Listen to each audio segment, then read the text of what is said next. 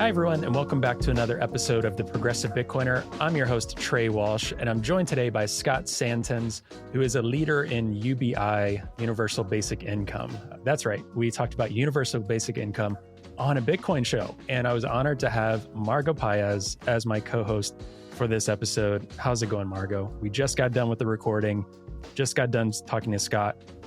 How was that? That was obviously an incredible conversation. It was amazing. It's no secret, I retweet Scott a lot. I like the work that he's done on UBI, so this definitely was a fangirl moment for me. So I hope it wasn't like too obvious, but definitely was really, really so cool to meet him and ask him questions. And also, I just want to say that we've confirmed that there is more than one fuck you money in the world. And if you want to find out more, you should listen to the whole episode and find out what that is. We unpack a lot in this episode, so definitely be sure to listen to this full episode and repeat it as well. There was a lot in here that Scott talked about and mentioned, and just echo everything that Margot said. And one thing to note too, for people listening, I posted this on social media, but Margot is going to be joining me on a few episodes here and there on particular topics, ones that feel very much so like this as a co-host to jump into the ring. And Margot, I'm super thrilled for it. Margot's a lot smarter than me, so there's that as well coming on, and listening to her talk about this. Just listening to you in this episode, Margot, with some of the questions you asked were really, really great. So I'm really excited to do that more with you this year in your super busy schedule and squeeze that in where we can. So this was definitely fun. Yeah, it was a lot of fun. And before we got into the actual episode, I just want to say the one thing that I regret is that I didn't ask him if he was a fan of David Graeber, because there was so many moments where I was like, I could tie in a David Graeber idea right now, and I never did. That is going to be my biggest regret for the rest of my life. Yeah, I bet he is. I find it hard to believe. Like Scott's a cool dude. He's got some just definitely resistance activism. He was down with the fuck you money stuff. Yeah, I think there's a lot there. I think that he is for sure. And for folks listening, we're going to do more conversations with Scott. I think there was just so much. We went for, I guess, about an hour 45 with this episode. There's so much more. We want to do spaces to have it be interactive in different live forms for you folks to engage with Scott directly and kind of ask questions in live formats, which Scott is totally game for. And Scott, thank you so much for coming on the show. Means the world to have these conversations and do this. Before we get to the episode, I'll mention, check out our show note sponsors. As always, we've got Saz Mining for renewable Bitcoin mining. Get $50 off each and every miner. We've got Bitbox for 5% off hardware wallets with Bitbox, which is really, really awesome. And then check out Zeus as well, the best experience in Lightning. And you can get 5% off LSP fees using promo code TPB and the access code with Zeus. We've got a Substack as well for you to check out in the show notes. And we're constantly thinking through what different materials to put through the Substack. So if you have any thoughts on that, please feel free to reach out to me. You can hit me up in our Telegram group, which we have, that'll be in the show notes as well. And if you have any thoughts, I'm sure there are a lot of thoughts on this episode, keep it civil. But if you have any thoughts on that, you can reach out to Margot or I'm sure Margot would love to hear from you as well, but you can always reach out to me at hello@progressivebitcoiner.com.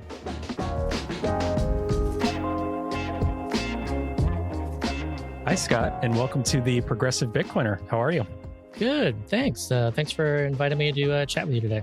Absolutely. And for those listening, you'll already have heard in our intro, but Margot is here as co-host for this episode as well. So welcome, Margot. Happy to have you here.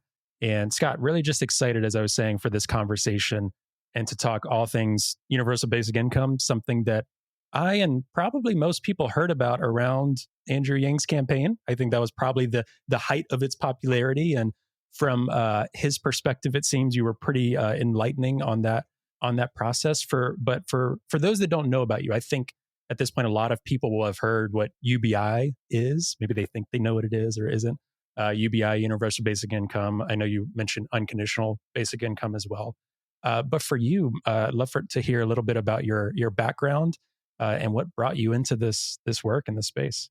Yeah, sure. So I guess before we continue at all, I just want to define basic income for everybody so that you know what it is and really what we're about to talk about. So a basic income is a periodic cash payment unconditionally delivered to all without on an individual basis without means test or work requirement. Meaning that so in order to for something to qualify as a basic income, it needs to be cash, it needs to be unconditional, as in no work requirements, it needs to be universal, as in not means tested, goes to rich and poor. It needs to be individually provided, so it means every member of a household, not just like the head of the household. And it needs to be frequent, regularly provided. So that could be monthly, typically, weekly, quarterly, annually. These still all count as basic income or unconditional basic income or universal basic income or UBI. That's they're referring to the same concept. So when how I got into the concept, this was back in 2013, and this was actually prior to kind of the breaking open of the discussion about the future of work. This was like before the Oxford report, talking about how 47% of jobs could be automated within the next 10 years or 20 years, sorry. And this was so when I got into it, it was actually still through the automation argument, but no one was really talking about it. So it was actually a discussion that hit the front page of Reddit, and it was all about how quickly technology was advancing, and no one was talking about it. So there was just a really interesting discussion thread, and I had thought that I was keeping up on technology because I like to follow technology, and there was stuff in there that I didn't realize was going so quickly either. And that really just got me thinking about, yeah, what happens in the future of work. I was already, influenced by Star Trek, and wanting this future to be, a lot better. And that was my version of better, is like Star Trek. So really, I was always open to how do we get there? Like, what is the realistic path from where we are now to a future like Star Trek, instead of, say, a future like the Hunger Games or Mad Max. And so getting into basic income as being a possible pathway is what got me into it. And then I was just fascinated to learn about just the history of it and how we did experiments about this back in the 70s, and how Nixon proposed a version of this, and it almost passed Congress. It passed the House twice, never passed the Senate, but we almost had a version of this called the Family Assistance Plan in the 1970s. We did a bunch of pilots around the country. Canada tested this back in the 70s too. Was fascinated to learn about the history and also all the pilots since then. As someone who's very like empirically driven, I really care about science and scientific evidence. It was just fascinating to learn about what happens when you provide people money without conditions, and especially when you provide it universally in like what's called saturation sites, where entire communities get this instead of only like the poorest members of the communities. It was all fascinating to me. That's really cool. And I think too, something that's going to be in the show notes that I just encourage people to already think about exploring is your website, the resources, the links, the different literature on this. There's a lot of people thinking about and talking about this. But I think and hope one thing that folks can agree on, because as I mentioned just before we got on, we're a Bitcoin show. We're trying to fill a niche of talking to the left and progressives and just anyone who will listen about Bitcoin and about the possible good that it can do in the world. But we care about a lot of these things, about marginalized communities, about the fact that of what happens when automation comes and is here, regardless of that timetable, what happens in all of these different environments. So I think the common ethos, it's obviously very popular. There's a lot of data that shows that UBI is very, very popular in many different iterations. So I think everyone can understand and agree that the wealth disparities, the need for things getting more expensive, and how to afford life in general for a lot of people, that's an issue. And I think where people might disagree or talk more, or interesting conversations happen, is about how do we do that? How do we provide for that? How do people do that for themselves, communities, governments, and all of this fun intersection? So for me, these conversations are really fun and enjoyable. I know some people listening or even talking about these things get heated with it, but for me, it's like we're all trying to solve these problems that I hope everyone would see. There's a problem with affordability with all of these things. So for you, before we jump too far into Was there a certain moment? I know you said you're interested in technology, automation. Were there other things that really drew you to UBI, or seeing it as, wow, this could be a really effective tool for addressing some of these bad things in life and some of the affordability crisis and just people paying for their everyday needs? What were some other things that drove you to it? Yeah, so it was learning about the evidence from the pilots that really got me into this. As an example of some of this, so learning about the fully universal pilots that were in Namibia and India. And those weren't in the 70s. Those were more the beginning of this century. It was more like around 2010 when these pilots happened. And like learning about like how much of an impact it had on entrepreneurship. Uh, like in Namibia, entrepreneurship increased 301%. And in India, the villages provided basic income had 3 times the entrepreneurship rates as the villages that didn't get a basic income.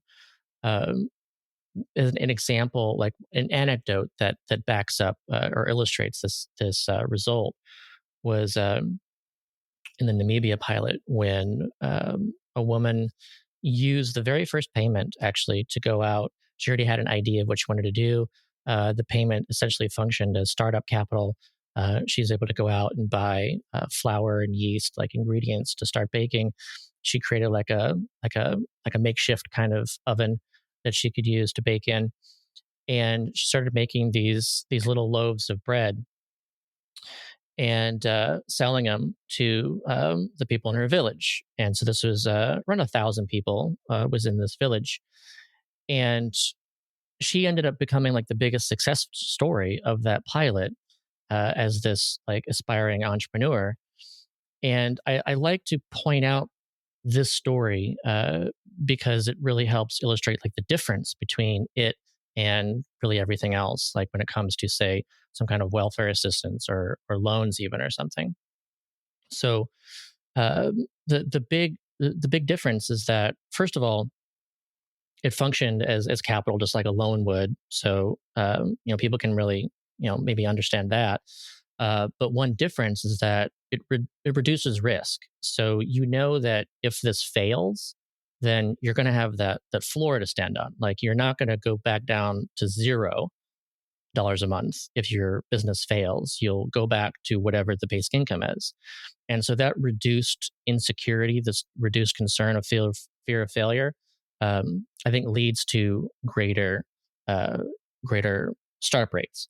But then the big thing is that whereas a loan could have still bought the flour and the yeast and the oven and stuff, and if she wasn't afraid, even if hitting zero, she just a reduced. She's just like a riskier kind of personality. Then she would still have done that. But the basic income meant that her entire village was full of customers. So this is full of people that had money to actually buy her goods.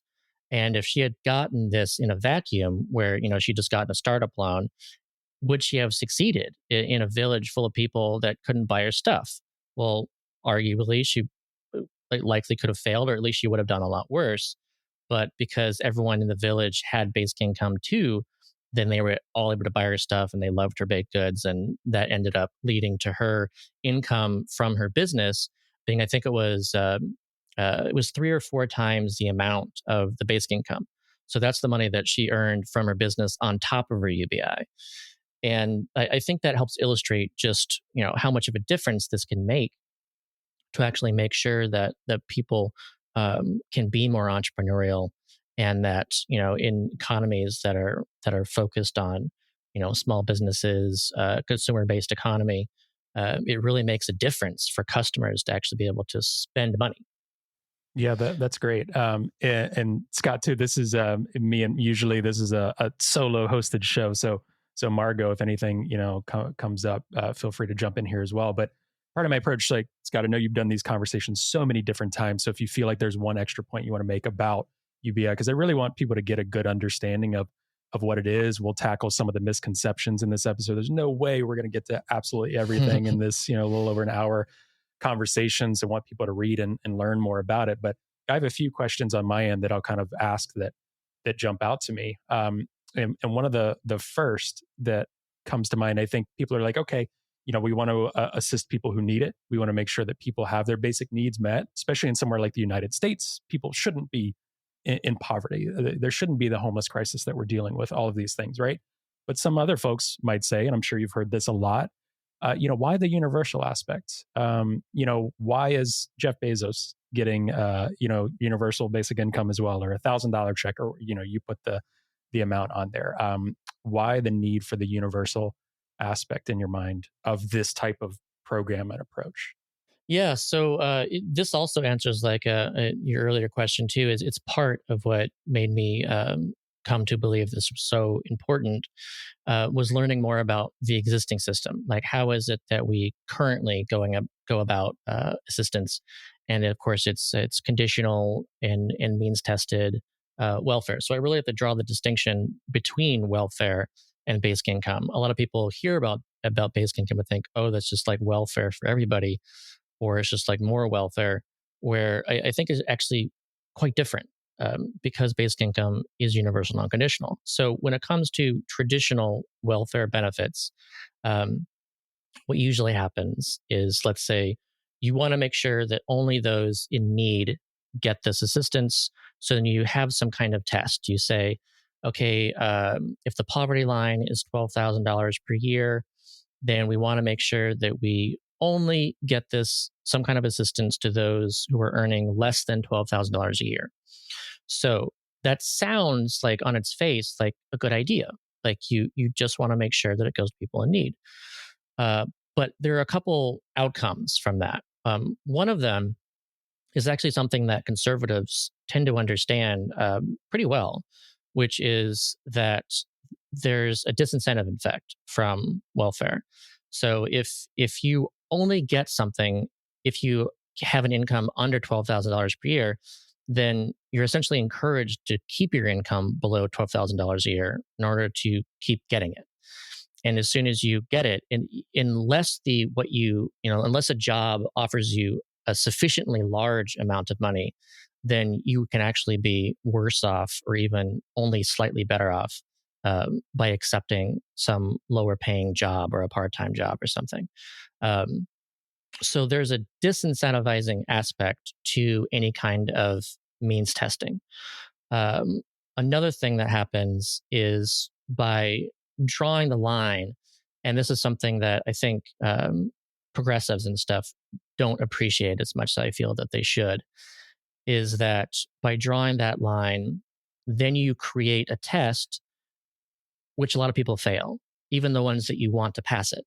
Which is why, if you look at like the actual details of the existing programs, you'll find that often many of them actually only reach around a quarter of the people that actually qualify for the programs. And some of them are even ridiculously smaller than that. Our best program, coverage wise, is SNAP, otherwise known as food stamps. And that's it's about 2 out of 3 that qualify for SNAP get it, 1 out of 3 don't. And then you look at stuff like TANF is about 1 out of 5. Housing assistance is about 1 out of 4. A lot of these times, the people that we want to get something because we feel that they're the most needy don't get it, because we wanted to make sure they do get it. Like it's just a backwards kind of impact from insisting on some kind of test. So that's why universality is important. Universality means that you make sure and include everybody. Like if you look at something like disability, that too, it's about 1 out of 5 people with a disability end up getting some kind of disability income. And so 4 out of 5 people with a disability aren't. So therefore, if you make sure that there's a UBI, then that means 5 out of 5 people with a disability have at least the UBI. And then you can still have some kind of disability program on top of it. But then the 1 out of 5 who get it means that the 4 out of 5 aren't like screwed, like totally to the point of getting nothing. They always have at least something.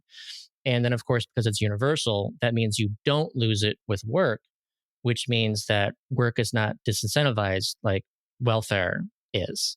So then if you have If you have $1,000 per month in welfare, and a job offers you $1,000 per month, then it's possible that you would then end up with $1,000 per month. So you get nothing more for that new job, which is equivalent to either 100% tax rate or working for free.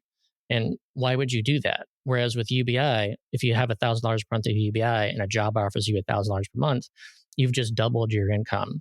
And that's where the incentive comes from work, which is also why, if you look at all the pilots, all the evidence shows that work does not decrease significantly at all with basic income, and actually often increases. Like with the entrepreneurship impacts, you see just a lot of people starting up their businesses.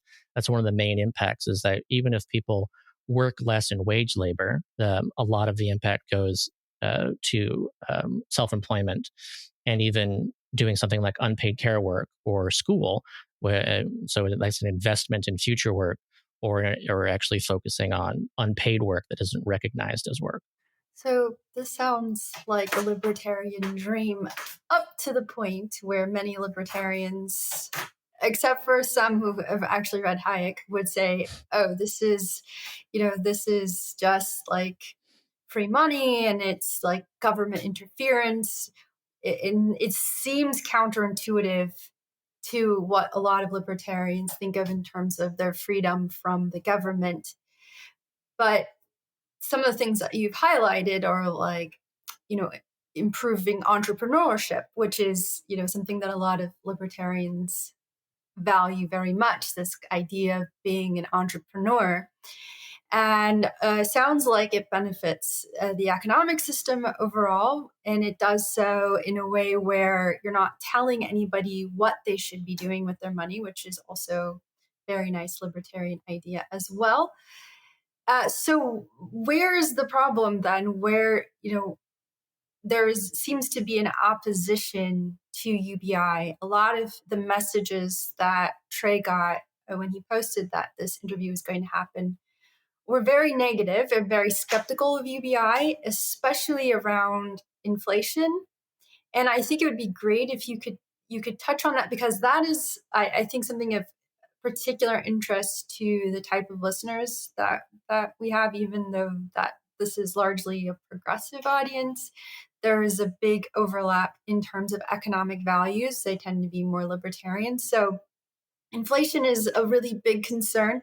So how does this work? Because it sounds like you get lots of great benefits that everyone would appreciate, libertarians as well. But, where are the risks? Like, is this going to cause inflation? How do you pay for it? Is it going to save? Is it less costly than having welfare alone? Would it replace welfare?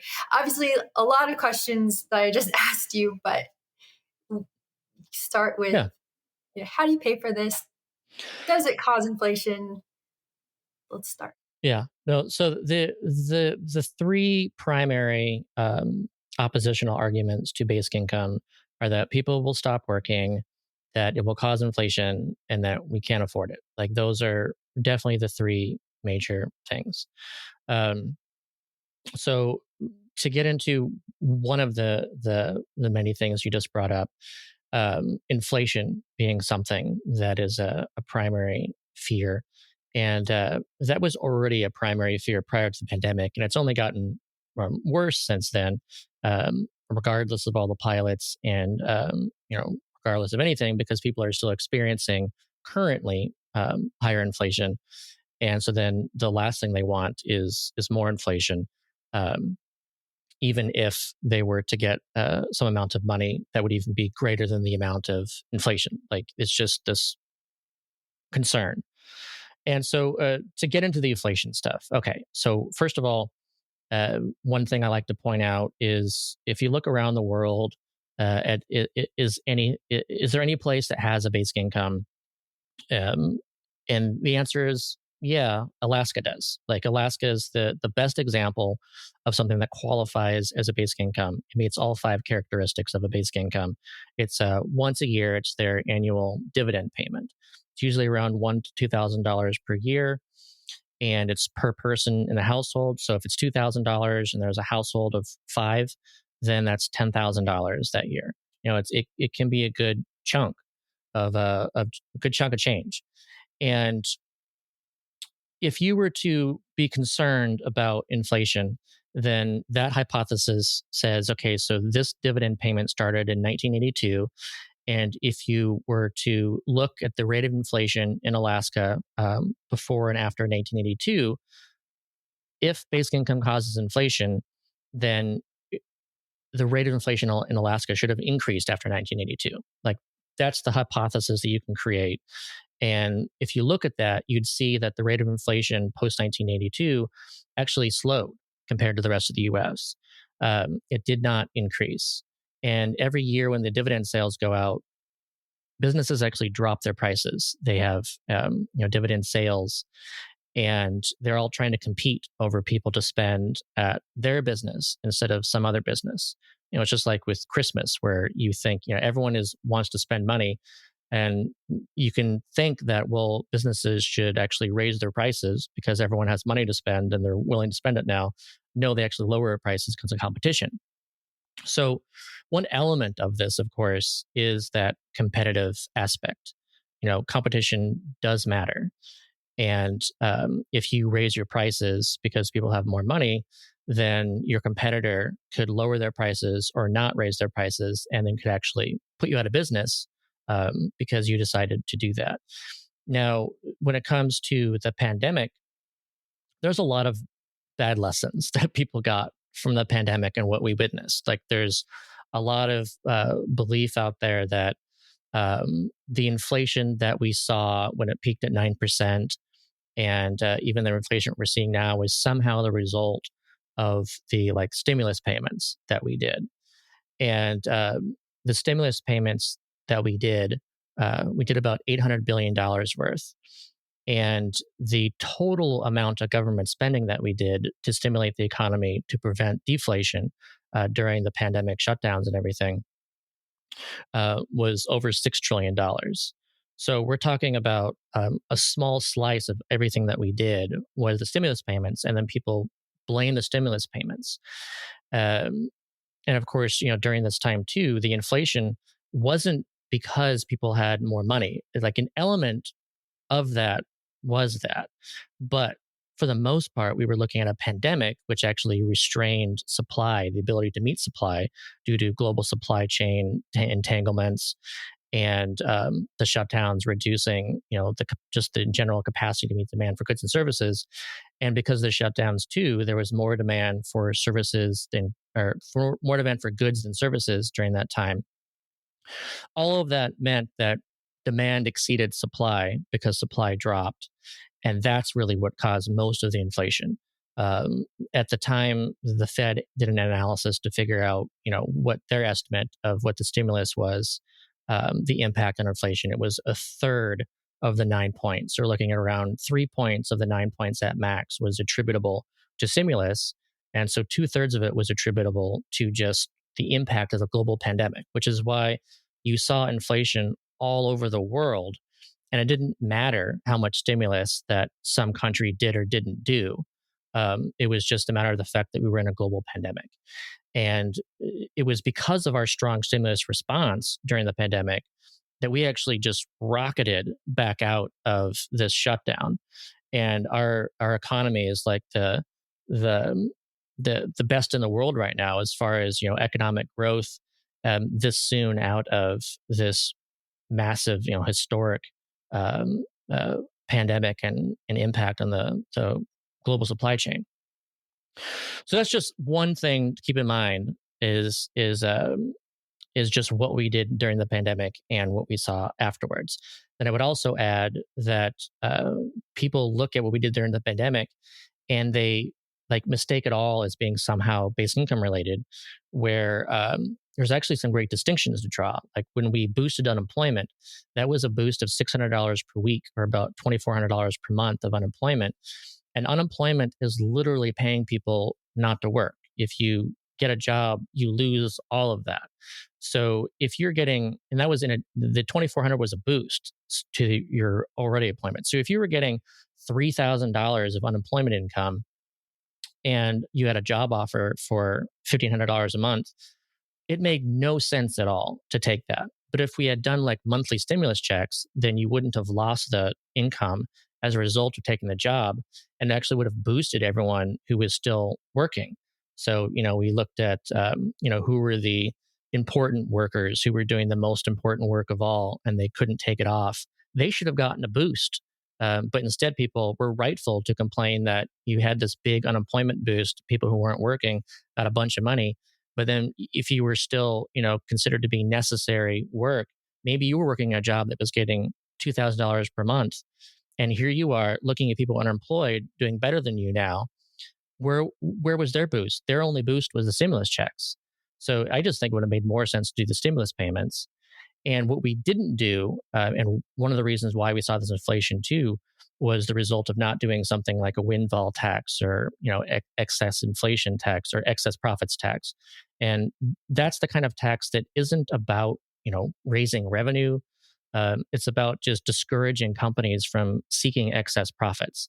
A bunch of what we saw with sellers inflation, which is that businesses in this environment of inflation due to lower supply and therefore costlier components, they raised their prices way beyond what they actually needed to do, because why not? If prices are going up anyways because they need to, might as well capture a much larger percentage of your profits by raising your prices even more. We could have discouraged that. We just didn't do that. And I wanted that to happen during the pandemic, and looking ahead and seeing we should do that, but we didn't. So there are tools that we could have done to reduce inflation, and we didn't do that. This episode of The Progressive Bitcoiner is brought to you by Zeus. Zeus is a self-custodial Bitcoin wallet for Android and iOS. The app features a built-in Lightning node that allows you to take full control of how you make payments on-chain and on Lightning. You can easily onboard to the Lightning network and let Zeus's Lightning service provider, Olympus, do all the heavy lifting for you. Or you can get more hands-on and curate your own Lightning channels with whoever you transact with most. Zeus has best-in-class privacy and allows you to have great peace of mind when sending and receiving Lightning payments. Not only does the Zeus team not want to know how you're using your money, but they're building things in a way that they can't know. There's also a first-of-its-kind Lightning address that will allow you to receive payments 24/7 to your mobile wallet self-custodially. This is a great solution for a range of people, for those who just want to have the technical ability to set up their own infrastructure, to nomads and dissidents that need to accept donations on the move. Other Lightning wallets don't give the users this level of control. In fact, many of them operate more like bank accounts that can be revoked and ultimately lead to you losing your money. With Zeus, you're in full control of your private keys and therefore can start to take full control of your financial destiny. Save 5% on LSP fees using code TPB in the access code under LSP settings. To learn more and to learn where to download, head to ZeusLN.com. You were talking about the unemployment payments, disincentivizing people going to work. So would a UBI be better than a guaranteed jobs program? Because, for example, a lot of people who are progressive and are on the economic side of things talk a lot about a guaranteed jobs program. It was I think Chaim Minsky's idea originally, and it's been picked up by a lot of people in modern monetary theory. But would a UBI be better than a guaranteed jobs program? And would there be a similarity of benefits or cons, or is that something you could speak on? Oh yeah. So, I would say, yeah, of course, I believe that UBI is superior to a federal jobs guarantee. But I'm also, I'm not against doing any kind of jobs program. It does make sense for the government to invest in jobs work that's not getting done, that wouldn't otherwise get done. That's important. There's certain failures in the market that doesn't achieve the work that needs to be done. So there is an argument for that. But what I don't like is seeing it as some kind of replacement. Doing or alternative. So let's do federal jobs instead of a basic income. I totally disagree with that, because a basic income is like a very vital foundation. Like, you want to make sure that people have at least some amount of access unconditionally to resources. So again, they have that security, they have the ability to spend, they have the ability to make their own jobs, they have their ability to actually volunteer and do unpaid work, that you can actually make that choice. And also that it gives you that power to say no, which I think that libertarians should be very supportive of. And it's actually one of Friedrich Hayek's arguments for basic income, was because of this power to say no. If you don't have that power, then you can be taken advantage of. You will be coerced into work and wages that you wouldn't otherwise do. It's a lot of the reason why poverty wages even exist, because it makes more sense to accept a poverty wage than it does to have nothing at all. So a lot of work gets done in, this is even um, either harmful work or unnecessary work, or for abusive employers. It's due to this lack of power that people have because they don't have a basic income. And that's true even with the federal jobs guarantee. Federal jobs guarantee, people will say that it helps to some degree because you would actually be able to say to an employer, I don't have to say yes to you. I can say yes to the government instead to work some government job. But you still only have that as your option. It's this lack of ability to say no between two options isn't freedom. It's just like another option. You have to be able to say no. Yeah, absolutely. And this is you touch on such great points. And Trey, we could end the show right now and be like, they've heard more about UBI than I think what they think. Honestly. Yes, but okay. I don't know, Trey, if you get this kind of pushback ever on Twitter, on Bitcoin Twitter. Probably. But a lot of what I find really fascinating about a lot of people who claim to be libertarians is that they overlook the authoritarian coercive aspect of the employer-employee relationship. And it's really interesting because it's not just true freedom is not just freedom from coercion from your government. It ought to be freedom from coercion from all forms of oppression, right? And in the job, in the workplace, and in the labor market, if you're going to be on an equal footing with the employer, you ought to have a way to say no and to exercise your right to escape that type of coercion, from being forced to take a job or to take hours with wages that are not suitable for you. And what you're saying, Scott, to me is like liberty maximization across the board, to create an even playing field within all markets in a market system. So you can't refuse domination without an empowered status. And that's what basic income provides. I think a lot of conservatives understand the importance of an empowered status through like the Second Amendment. They'll say, oh, well, if I don't have a gun, then someone else can take advantage of me. They can take from me. They can steal from me. They can hurt me. But if I have a gun, then that's like the great equalizer. And so if you have a gun, then you can make sure that no one dominates you. Basic income is like an economic kind of gun, where you have this and you can say, no, I refuse your domination. I absolutely refuse. I can do this myself. I can survive off my own work. And then this actually leads into why this, like another libertarian argument is that we kind of removed the ability for people to live just like off the land, doing their own kind of work.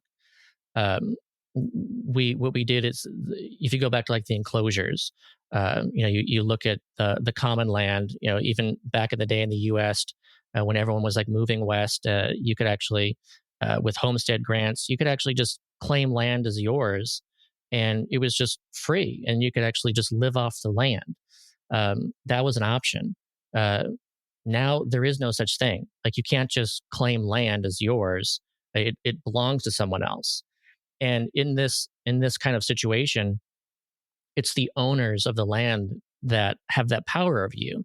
They can say, no, like if you work for me, then I will give you access to what the land provides. And is that freedom? No. Like so as soon as we enclosed the land and prevented people from actually sustaining themselves off of it with the fruit of their own, enjoying the fruits of their own labor, and making it so that it was the choice between the non-owners being dominated by the owners owed to everyone else the ability to actually still live, which is Thomas Paine's argument. This is he claimed that when it comes to ownership of stuff, then there's an element of that stuff that is natural. It's a natural resource, and so if you dig dig minerals out of the ground and you create it into something, like you should own the work that you put into it. Like if you transform a metal and you forge it into something and sell it, you should certainly benefit from that. But who created the actual minerals? Nobody did, or you could say God did. But nobody actually created that. So who should benefit from that? As soon as someone digs it out of the ground, that now means that no one else can use that. It's gone from them. So there should be some form of compensation. The way Thomas Paine framed it was some kind of ground rent, is that everyone owes to the public at large for taking natural resources and land. And I believe that's a strong libertarian argument for basic income, is this understanding that you can benefit from all kinds of things that of the work that you do and stuff that you create, but you never own like 100% of something, because some percentage of that is purely natural, and that who should own what is natural. I think all of us collectively should own that. And that's actually the way the Alaska dividend works, is they recognize that when it comes to the oil in Alaska, everyone in Alaska owns that oil collectively. And so who should benefit from that? Should a drilling company be able to come in, drill the oil out of the ground, and then just profit off of that? Or should the people who own the land and the oil in it, should they get something from it? And the way Alaska does it is that 25% of the revenue goes into this fund, and it's seen as a collectively owned permanent fund that everyone receives a dividend from. There's so many good points between what you both said. I want to go back to something Margot said as well with these power dynamics, especially with employers. I think what you hear from a lot of folks in the US, say maybe on the right, that would be opposed to this in theory, or some of the things we're talking about. You hear a lot, vote with your feet, right? Especially when it comes to, okay, you live in a state that you don't like their restrictive laws on some sort of healthcare or abortion rights or something else, or Second Amendment rights, whatever it is that's important to someone. Say, vote with your feet and move. I mean, it doesn't take more than 2 seconds to think. That's really hard for most people. That's really hard for me. That's really especially hard for people in poverty. So I think a lot of the criticism, Margaret, to your point, is from people, for lack of better terms, in a privileged position, maybe regardless of their philosophical or political leanings.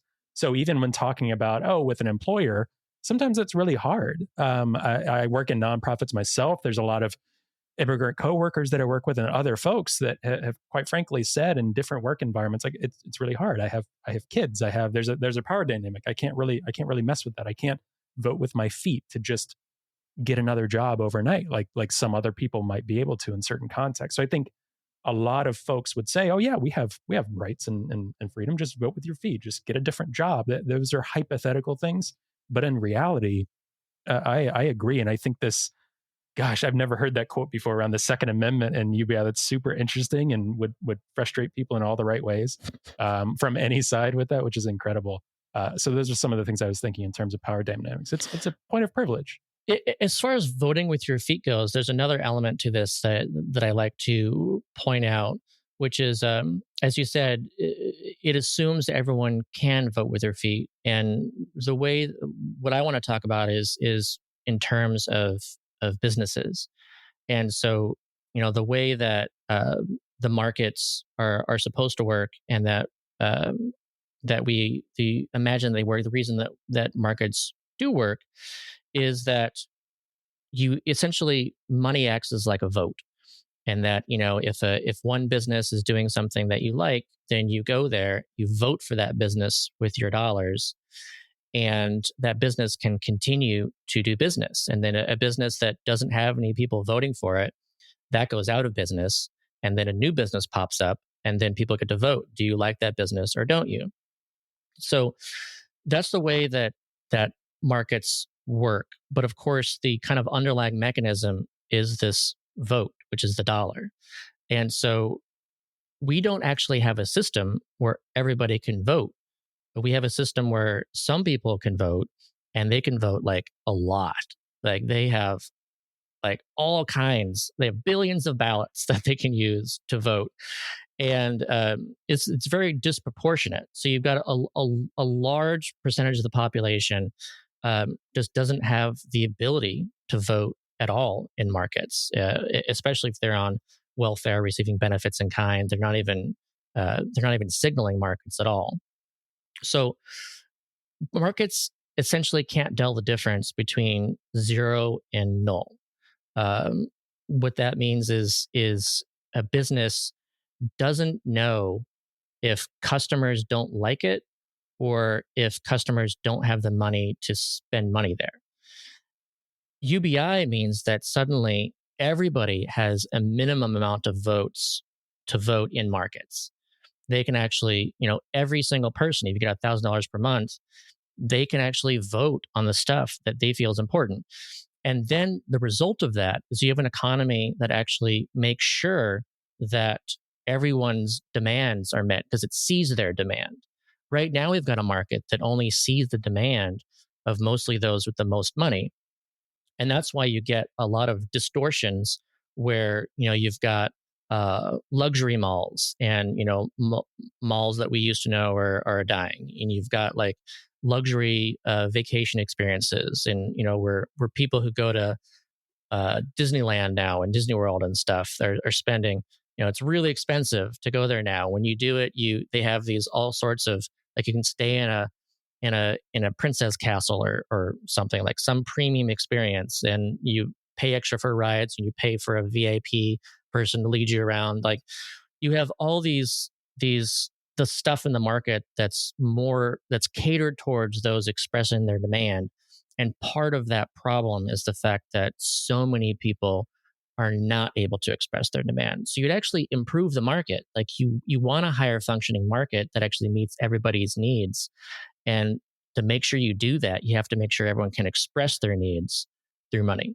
Yeah. So this reminds me of something that I learned reading an ecological economics book, which was that the markets are very efficient in certain ways. Like they can be very efficient at telling you what is there, what is available, but they are not very efficient at distributing what is available.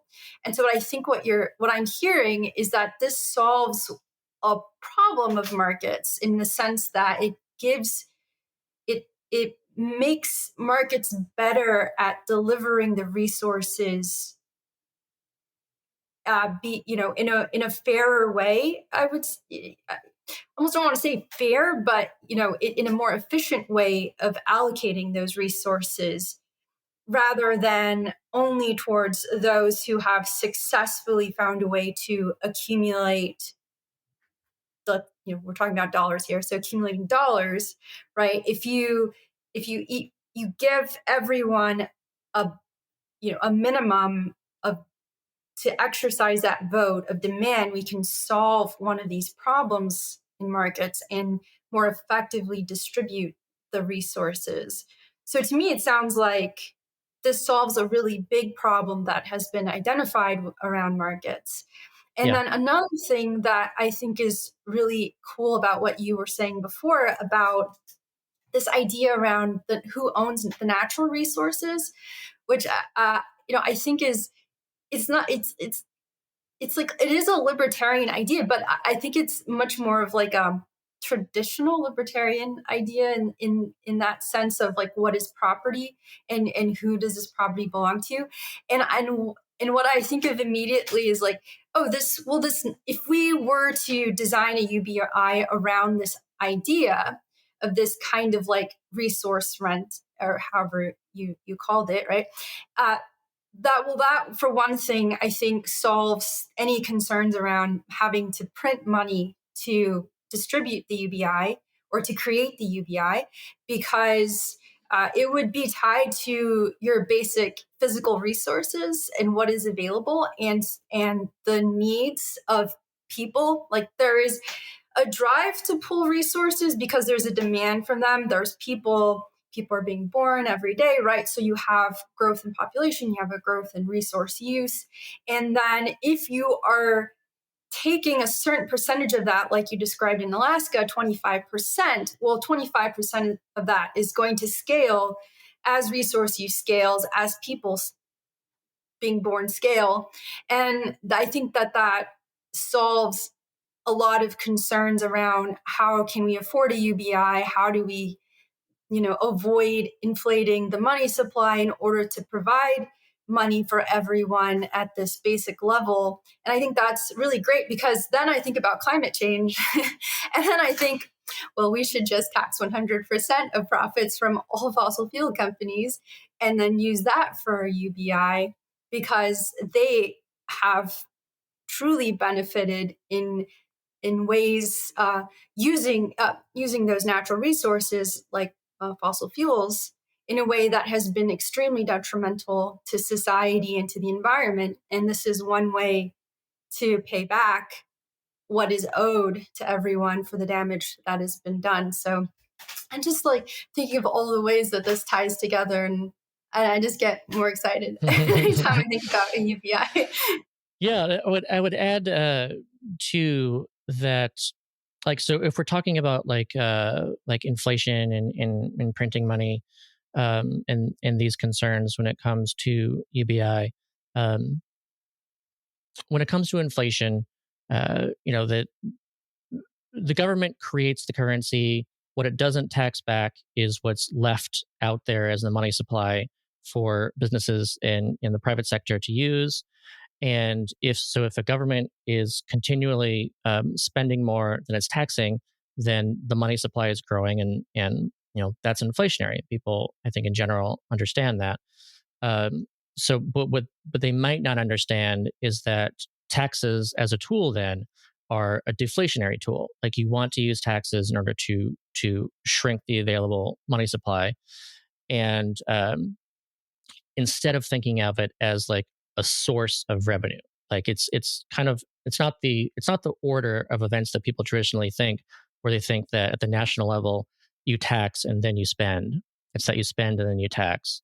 So taxes should be seen as this mechanism of pulling money out of the money supply, in which case the best way to pull money out of the money supply is to do it in ways where you're taxing stuff that we don't want, or we're taxing in a way that somehow doesn't hurt productivity and can even improve it. So when it comes to optimal taxes, I don't think income tax is an optimal tax, because again, you're taxing employment, and we want employment. Or I guess if we want more automation, then maybe that. But most people tend to agree that income is not like the kind of the best tax when you look at other things. But when you do start to see this as a deflationary mechanism, as a tool, then you get to think, okay, what are the best taxes? Milton Friedman, another person besides Hayek who supported basic income, he believed that land value tax was the best tax. And I agree. Like, I think a land value tax would be an incredible way to pull money out of the money supply, because the way the way that functions is it focuses only on the land value itself, not what's built on it. By taxing only the land value, then you actually encourage people to develop that land, and you don't discourage those who do build. So if you have like an empty, like vacant lot next to a skyscraper, and the person's holding the vacant lot because they want to sell it for like big bucks. Um, how much they get this huge windfall when they sell that, and what did they do for it? Nothing. They built nothing. But the person next to them who owned that lot, they built a skyscraper, and everything around that is what created the land value that this one person benefited from. So yeah, it just makes all the sense in the world to tax that. That's taxing economic rent. It's entirely unproductive.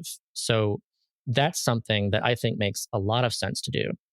When it comes to the environment, I also think carbon taxes make a lot of sense to do, because again, you want to discourage people from having a large carbon footprint, and it would be hugely impactful to reducing greenhouse gas emissions to tax that. The issue is that usually so many people push against carbon taxes is because it would raise prices of stuff. If you make gasoline more expensive, then that means that also besides it may be more expensive to get to and from work, but now transport's more expensive, which means everything transported goes up in price, which means foods go up, which means all these other goods go up and services go up. So it causes higher prices. But if you have a basic income component that's paired with the carbon tax, then that means that usually, depending on design, about the bottom 2/3 actually end up receiving more in the basic income than they pay in this carbon tax. And again, it depends on design. But only those at the top, those are the ones who have the largest carbon footprints, are the ones who are paying more in taxes than they're getting back in basic income. That I think makes all the sense in the world. It's like a three birds and one stone kind of tax and basic income strategy. And I guess I want to mention too that when it comes to cost, just overall cost of basic income, I really like people to question, what is the cost of not having a basic income? Is it free? No. When you look at like the cost of child poverty, that's been calculated as we're spending $1 trillion per year, over $1 trillion per year, on the downstream cost of child poverty, which means that with children growing up in poverty, they're more likely to end up in jail. And they're more likely to have poorer health outcomes, and they're more likely to earn less throughout their life. So they're in less productive jobs or not able to find work, that kind of thing.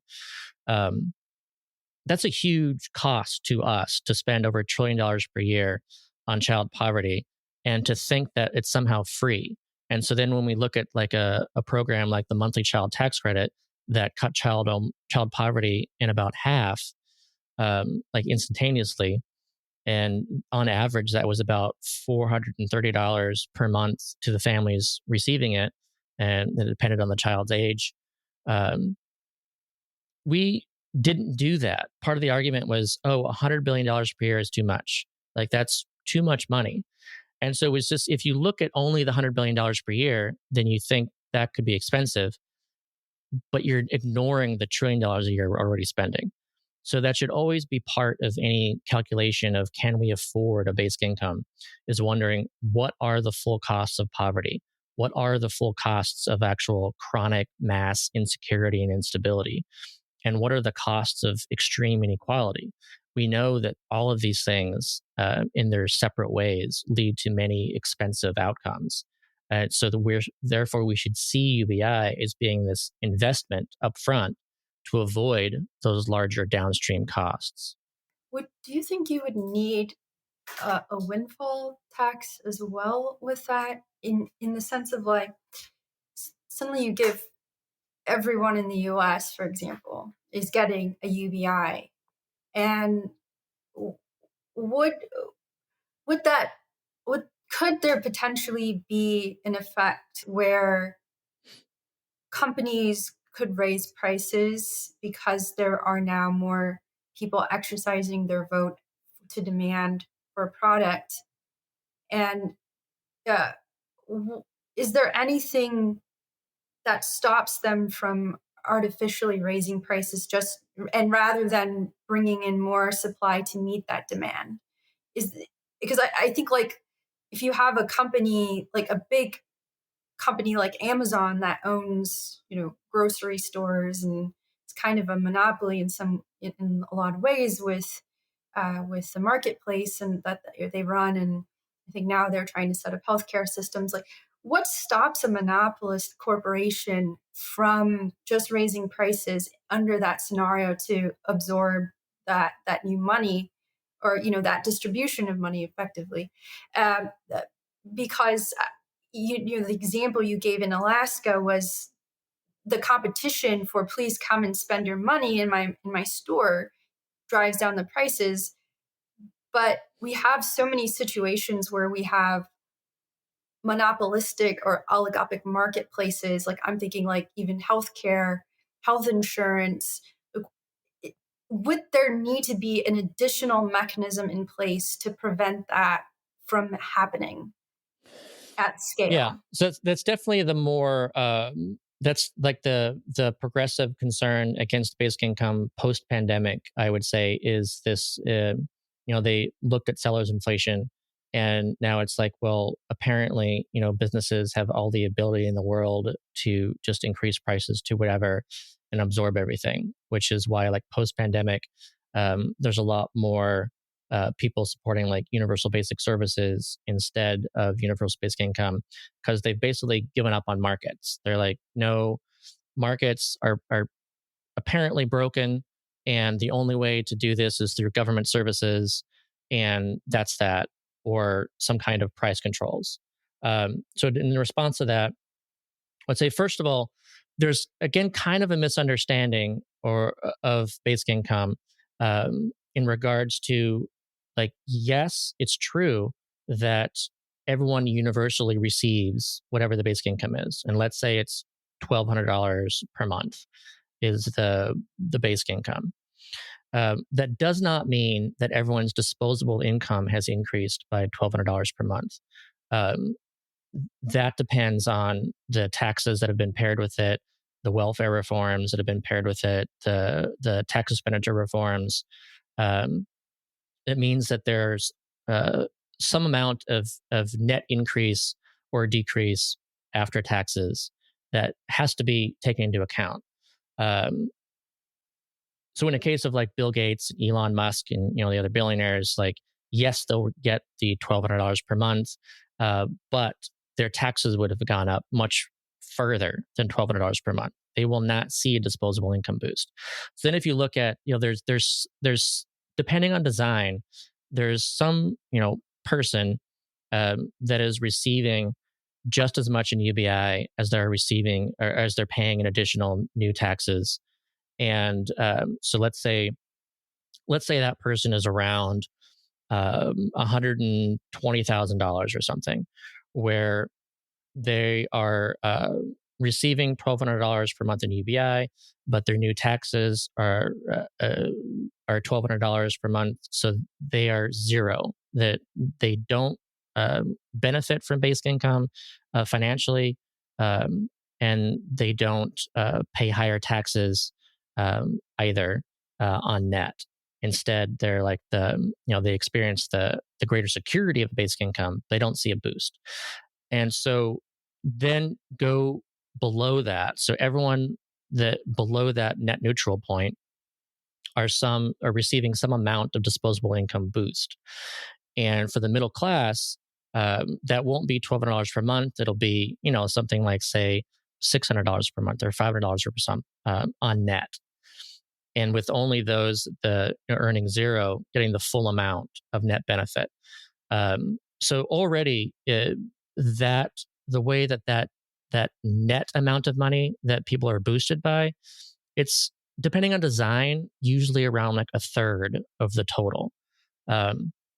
So whereas people would think, oh, this design means that will be $3 trillion per year by multiplying the number of people by the amount of basic income, and then they think that's highly inflationary and that's too expensive.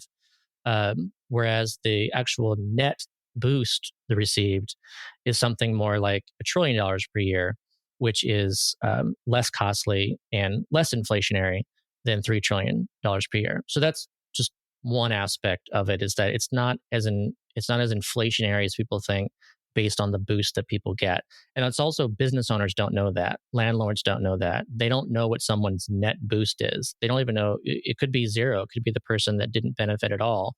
It could be someone that actually is paying more in taxes now than they're receiving. They have a net disposable income loss, post basic income, because they're earning like, $250,000 per year or something. So that's an important aspect to understand.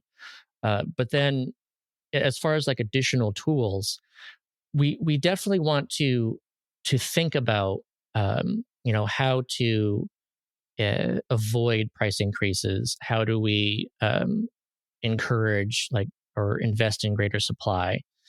In which case, besides having like antitrust enforcement and try to like break up these monopoly powers and reduce them. Also focus on, like, when it comes to housing, as an example, land value tax that already is very helpful with increasing the housing supply and reducing rent pressures, but also stuff like YIMBY laws. So just making sure that, say, restrictions that say you can't build anything here but single family homes. If you get rid of restrictions like that and enable people to build multifamily homes, then the supply of homes goes up, and therefore that's deflationary to the or counterinflationary to the cost of rent. And so therefore, just like reforming those kinds of laws could be seen as both helping to afford a basic income, but also helping to fight inflationary impact. And because so many people are worried about rent, I'd also just add that there's a couple other things to consider when it comes to basic income and just like rent prices. Is that we do know that people who provided basic income actually increase their home ownership rates. Like, a lot of people rent because they can't afford to buy.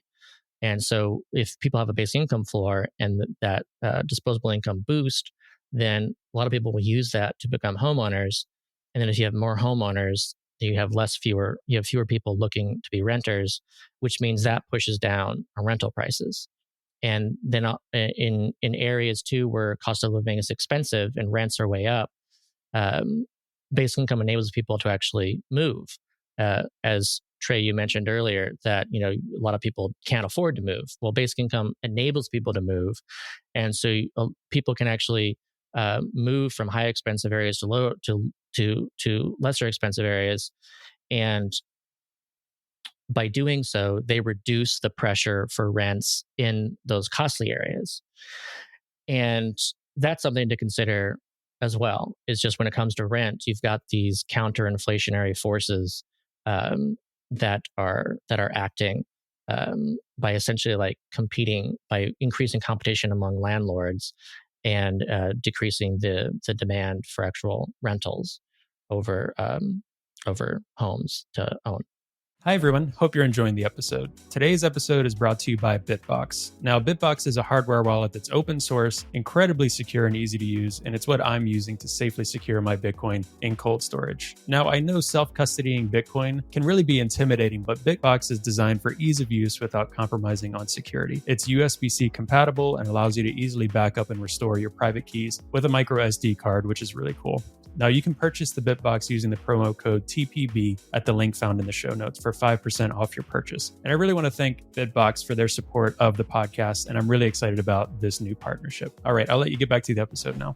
It's so funny. I'm just taking a step back from this conversation, and folks probably will need to replay this a few times. There's just so much information in this episode already. But I guess one question I'd say is, where do we feel like, because I feel like UBI was having a big national moment with Andrew Yang's campaign. Maybe you can largely ballpark it like 2017 to 2020 or something. And there's many pilots, of course, and it's still kind of in the national consciousness, but not quite as much. Why isn't it? It's extremely popular with voters, right? A lot of things we're talking about and just these concepts and ideas, it was and always has been extremely popular with voters. But a lot of the things that you've said already, you're threading between political parties, between ideologies, even with, I hate to keep mentioning, I mean, I love Andrew Yang, but mentioning Andrew Yang, obviously there's so many other people that have been working on this, but just popularizing it even to another huge level was a fairly different candidate or different concept. So even the concept of UBI, as we're talking, it doesn't quite have a home in this kind of political narrative that we've been talking about, which is really cool, which is why I'm interested in talking about it on this show of progressive and Bitcoiner and all of these things that have so many boxes and labels that don't quite fit.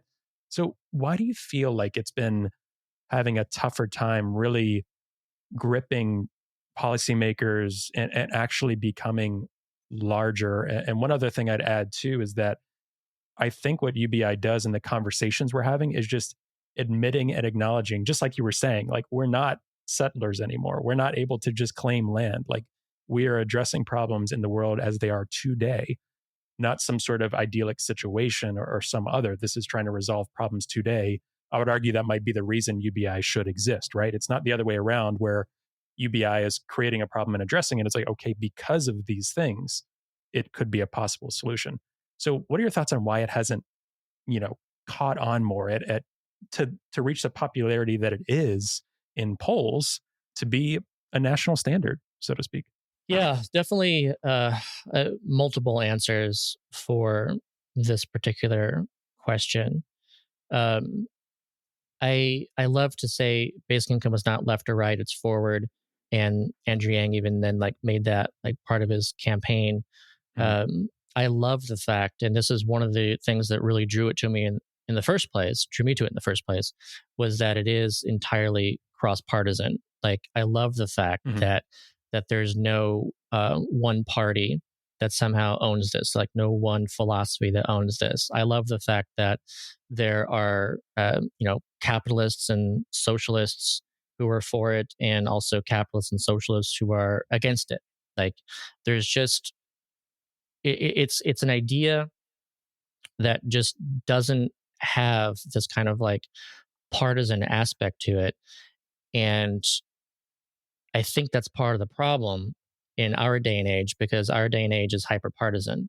So, a lot of people support or oppose something because members of their party, mostly like party leaders, party elites, these political elites, like if they support something, then your tribe, whatever it is, comes to support it because they do. And, you won't say that, like no one will say, I believe something because, Trump supports it or whatever. But of course, we know that in that case, and in the case on the left too, that's entirely true. Like all that matters really is for like one or two key people to support or oppose something, and as long as it's partisan, and then you have the other party being against it because they're for it, then it's these partisan ideas that are very, very successful in this day and age, which has become more of the culture war kind of stuff, unfortunately, where we're not even talking about like kind of real policy stuff. Now we're just talking about this like culture war stuff where my tribe is for or against something and the other tribe is for or against something because they're for or against something. It's just like a big mess. And until we get back to some more of a rational, logical, less hyperpartisan time, something that's more moderate, then maybe it's going to be very extremely difficult because it's really hard to build up support for something in a cross partisan way.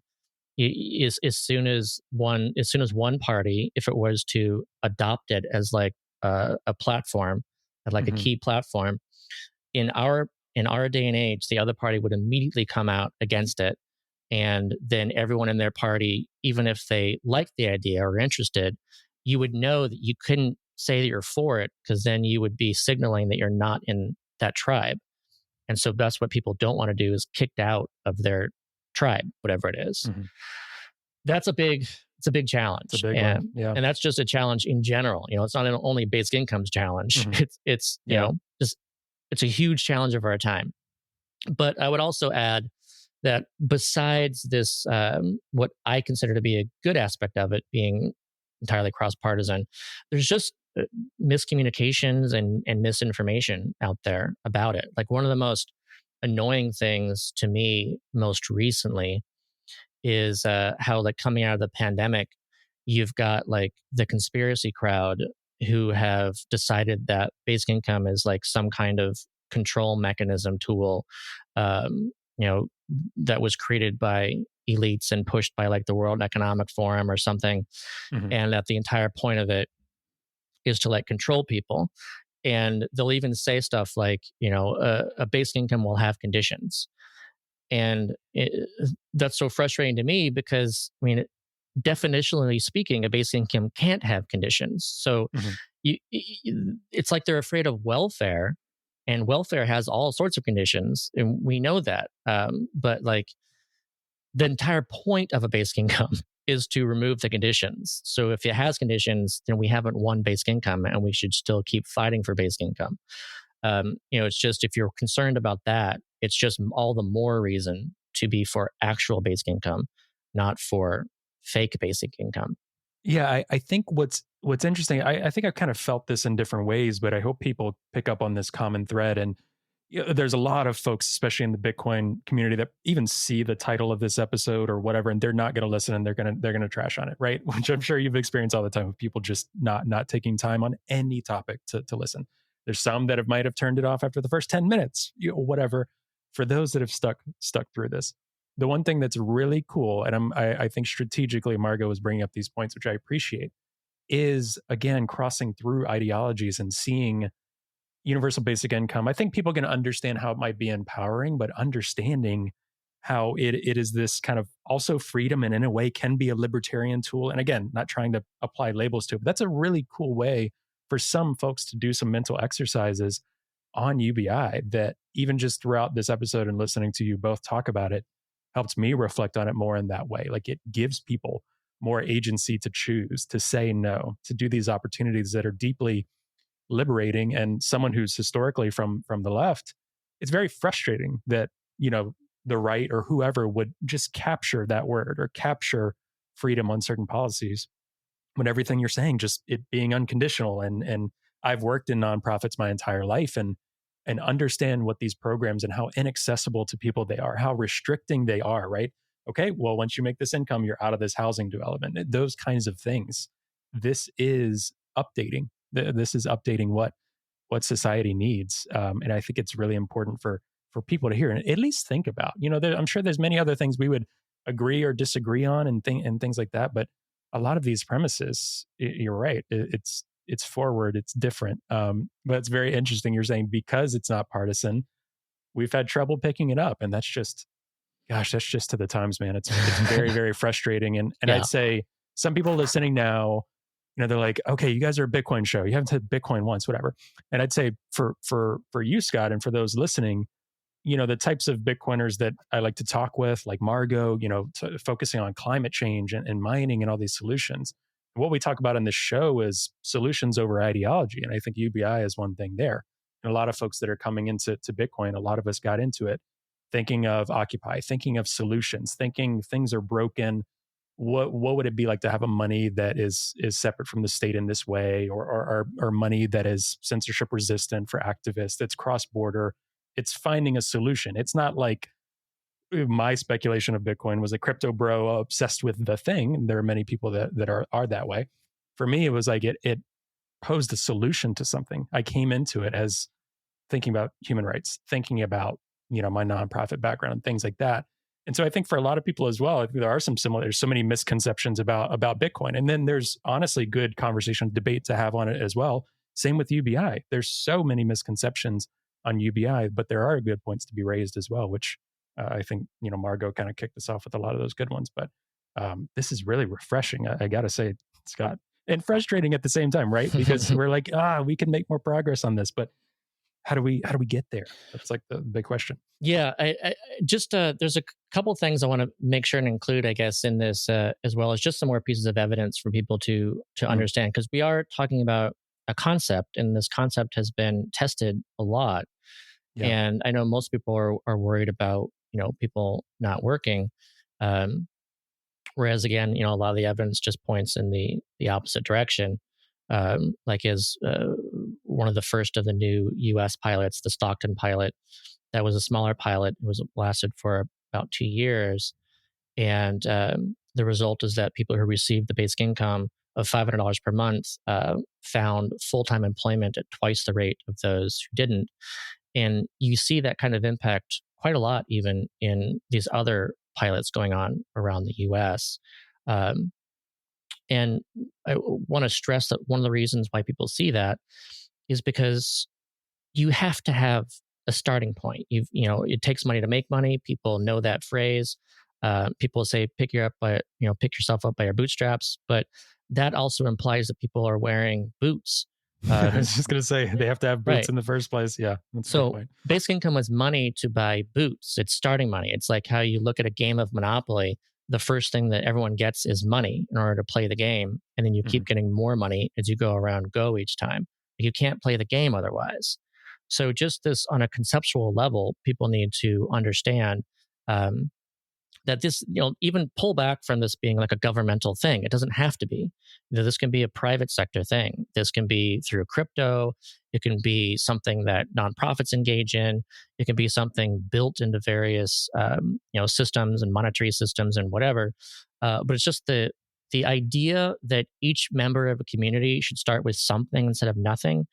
It seems like so simple, but it's also like revolutionary or evolutionary in how different it is. Like, it's hard for people to even accept that that's actually a good idea. Like, oh, you can't just give people something from nothing; they'll do nothing. Whereas instead, what you see is that if people are trusted, like if there's trust in the system, and you actually trust people with some amount of resources, they actually use it very wisely and very creatively, and they end up doing far better than they would have if they had nothing. You've got to give people money for bootstraps if you believe in the bootstraps myth or theory, or whatever you want to call it. And then some other evidence I think people should consider is that, like in the Namibia UBI pilot, overall crime reduced by over 42%. And so just consider that. And that wasn't the only, in the Canadian pilot, it went down 15% overall. Violent crime went down 37%. And just imagine, how much money are we spending on crime, not having a basic income? And what are the implications? Like, you can be as rich as you want, but if you get stabbed out in the streets, then, congrats on living in a place where you could get all sorts of wealth and power, but then you still end up getting stabbed because people are doing so poorly that crime are a result of this. So it's not to say that all crime is a result of poverty and insecurity and inequality, but it's definitely some portion of crime. It's some significant portion of crime is because people don't have a basic income. And same thing with healthcare. Like one of the impacts from the Canadian pilot in the 70s was reduced hospitalization rates of 8.5%. We know from the Stockton pilot that that mental health was improved, akin to antidepressants. Like, over and over again from pilot after pilot that physical and mental health improve. So how much money are we spending in our healthcare system? We're spending trillions of dollars a year on healthcare. We're treating sickness.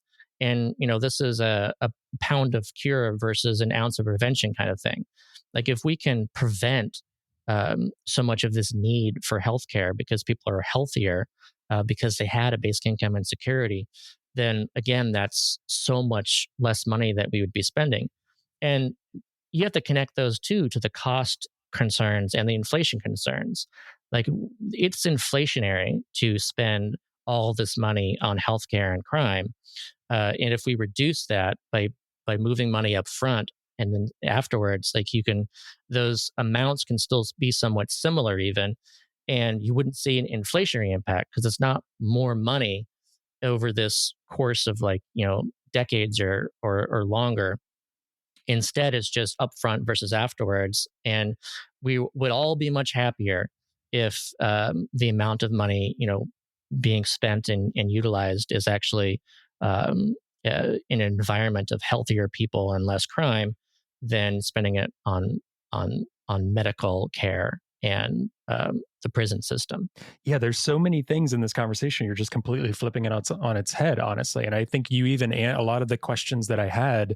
Obviously, you've been doing this for a long time, and I'm sure you're used to coming into rooms and rebutting misconceptions about UBI, which is great. And I think you're really good at it. A lot of the questions that I had, you answered and flipped it on its head. And it doesn't mean there isn't nuance or disagreement there, but I really hope that people listen and dig into that. And I'll mention this before I forget it. Margot, I'm curious if you've thought about this. So I don't really care what, from a governmental standpoint, it's kind of funny to think that way, what Bitcoin is classified as, but a lot of folks would classify it as a commodity. So when you were talking about the Alaska UBI project and oil dividends, I then imagine Bitcoin as the commodity of which dividends could be paid in, which could be really, really cool. Because I know you mentioned too, I think there's all sorts of ways to hypothetically think about UBI and sources of funding and things like that. And Bitcoin being this deflationary tool and being this asset that goes up in price and having dividends from that is kind of one cool way to think about it from Bitcoin. But I mean, we'll see if we even have any Bitcoiners still listening. Trade that actually, so this is something that kind of already happens in Bitcoin, and at least I know of one company that funds their build out of solar, I think in South Africa. And oh man, I'm completely forgetting the name of the company. The company is based in South Africa. We'll look it up and I'll throw it in the show notes. Yeah.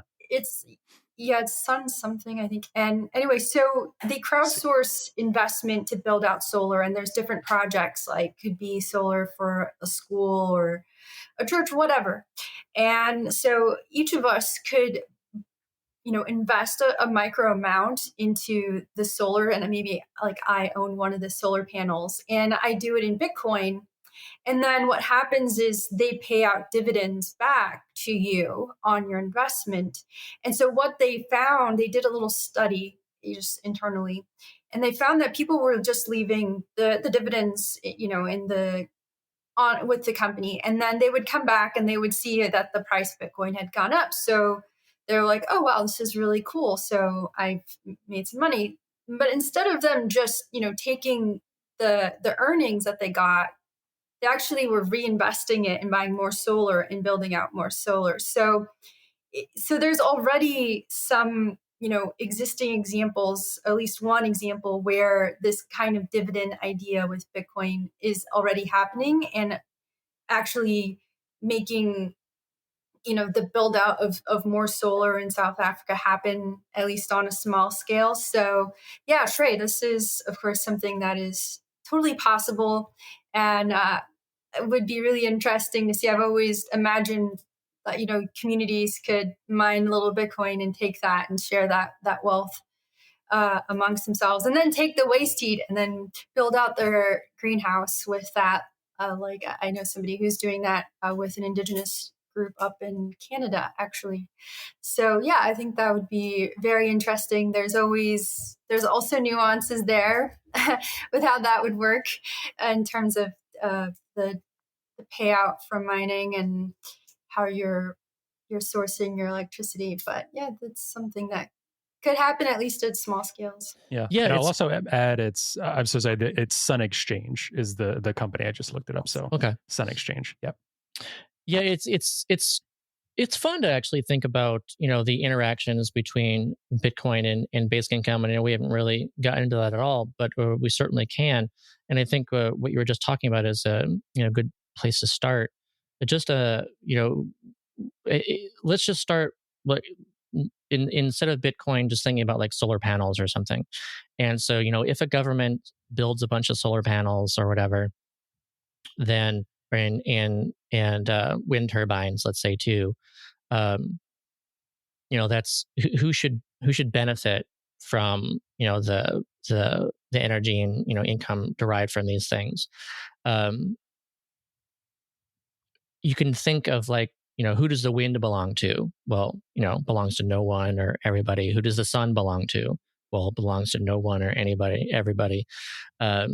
And so it can kind of like wrap your head around the fact that, say, like solar power and wind power should pay some kind of amount to everybody.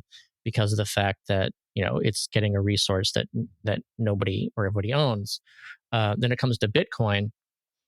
There's Bitcoin mining means that if you're a miner, then you get this, some amount of Bitcoin in return for, being the winner of, that particular cryptocurrency or cryptographic puzzle contest. But then when, let's say if a government were to buy, a bunch of Bitcoin miners for like a Bitcoin farm of some kind, who should benefit from that? It's if the government is benefiting, from a bunch of these mining fees, I would argue that everyone should at least get some portion of that, especially if the energy, that's actually going into enabling the miners to mine is actually, again, somehow related to wind turbines or the sun or something like that. So there's definitely, you could look at some amount of large governmental kind of Bitcoining thing as needing to pay some amount of dividends, and then that goes back into, just in general, if you're looking at government spending, what percentage of government spending actually should go to everybody in the form of a basic income? Again, that then makes you think, all right, well, what is it that's the commons?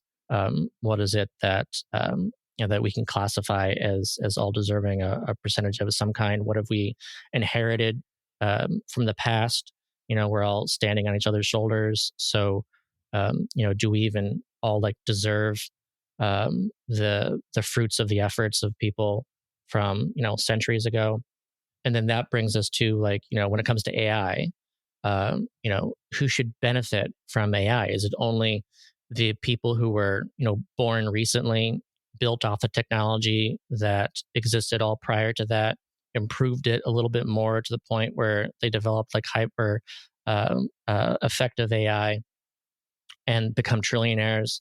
Like, and then everybody or lots of people either lose their jobs or they see lower wages as a result of the impact of robots on work.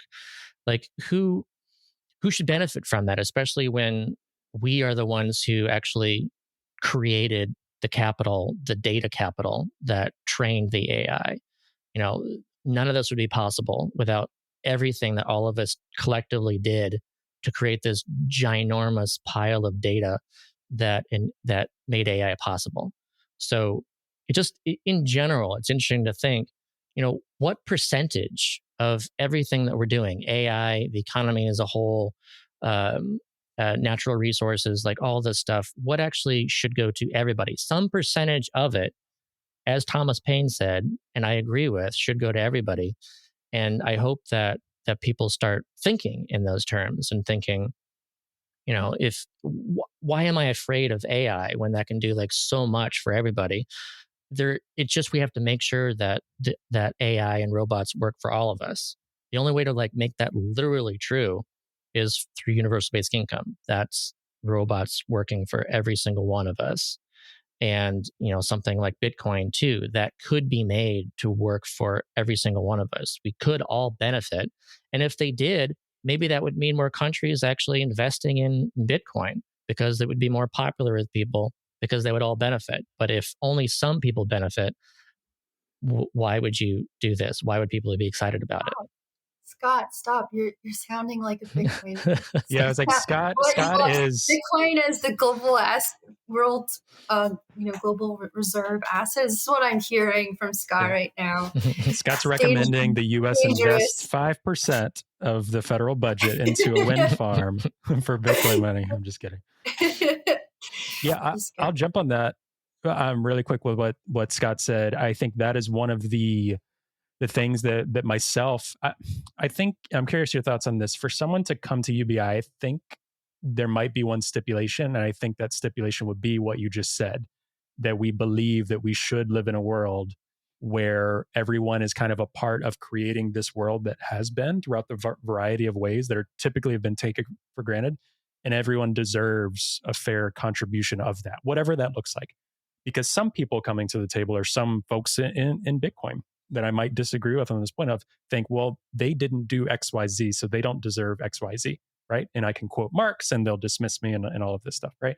So I think that might be one condition to being open to this conversation is, do we want, or do we believe we should live in a world where that sort of system exists, whether you call it redistribution of some kind or whatever. I almost view it as kind of a fact of life at this point, as we were talking about. And that is one thing that Bitcoin in and of itself, I personally feel, doesn't necessarily do. People can hoard massive amounts of Bitcoin. People can be fabulously wealthy on Bitcoin. Now, governments and different people, the protocol is written, it's code, there's fixed supply, there's mining every 10 minutes, there's things that are neutral and permissionless about people's access to it. But people are going to have different varying levels of wealth with it.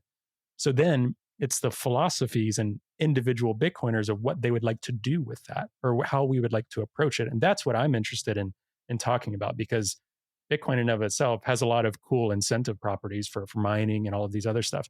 But in and of itself, it doesn't fix wealth inequality. It doesn't do a lot of these things. But people who might believe in and have access to Bitcoin and all of these things might be interested in addressing wealth inequality through that. I and Margot are one of those, and there's many, many others. So I think there's a lot of cool things to do with it. But yeah, on the surface, it doesn't necessarily tackle that. But are people willing to say we should live in a world where some level of, gosh, even redistribution, I don't know why in my head right now, even I was saying it, I feel like it's such a dirty word, or people just kind of misinterpret and things like that. But there's a better word, go for it. But I think you have to agree on that, perhaps. So I'm curious, Scott, Margaret, your thoughts. I will let Scott go. He's our guest. He can go first. Yeah, it's funny that you mention redistribution again. Like it's definitely it's like a bad word. You know, we've come to the point where you just don't say redistribution. You know that people oppose that, and Alaska's dividend, a lot of Alaskans see this as a form of predistribution.